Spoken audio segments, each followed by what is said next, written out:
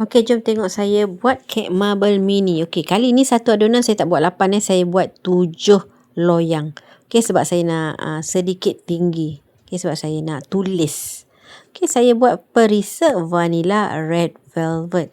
Okey, satu adunan satu loyang lebih kurang berat dia 140 lebih lah. Okey, saya letak base warna putih. Okey, base warna putih, kemudian ratakan adunan macam biasa. Okey, semua loyang buatlah. Okey, saya menulis menggunakan piping bag, menggunakan adunan kek yang sama. Okey, customer minta tulis thank you teacher. Okey, by the way, customer saya ni dia daripada KL Okey, dia minta order dan nak pick up dari saya yang berada di Nilai. Okey, agak jauh. Okey, saya hargai kegigihan dia dan saya buatlah cantik-cantik dengan corak bunga-bunga. Bunga-bunga itu je lah yang saya pandai. Bunga-bunga simple ni. Okey. Macam biasa dah buat bunga, lepas tu buat daun pula. Okey, dah siap. Inilah rupa dia. Agak cantik. Sebab kita lebihkan sikit daripada biasa. Biasa 8 loyang kan? Yang ini 7 loyang. So kalau 7 loyang dia agak penuh sikit. Okey. Saya bakar terus masuk tray dan bakar dalam oven. Saya pakai oven Desini 150 liter, suhu 135 ke 140 darjah Celsius yang macam biasa tu. Okey, masa selama 50 minit. 50 ke 55 minit. Okey.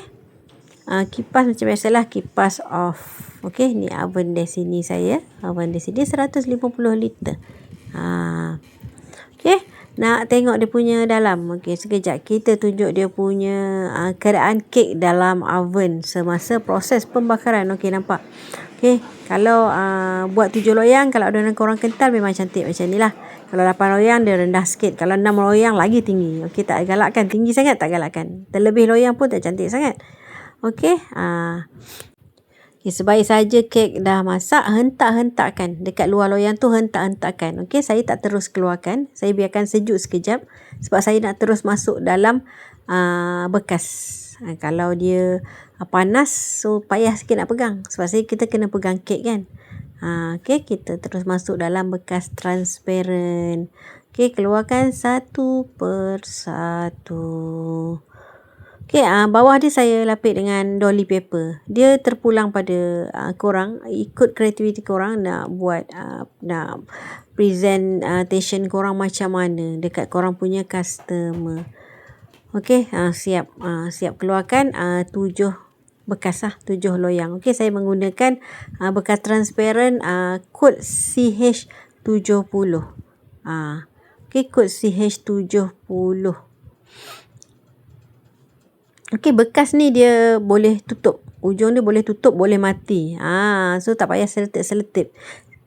Okey, memang best bekas ni Okey. Nak bagi cantik lagi untuk menghargai kegigihan customer saya yang datang daripada KL tu, saya pun buatkan ribbon free untuk dia. Okey, yang macam ni, yang bertulis ni saya jual RM8 sahaja.